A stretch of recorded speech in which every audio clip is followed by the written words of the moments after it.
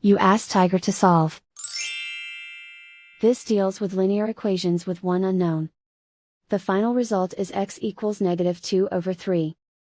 Let's solve it step by step. Group all x terms on the left side of the equation. Subtract 2x from both sides. Group like terms. Simplify the arithmetic. Group like terms. Simplify the arithmetic.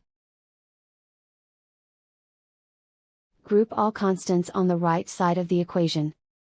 Subtract 3 from both sides. Simplify the arithmetic.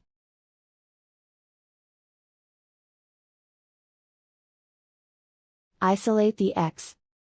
Divide both sides by 3.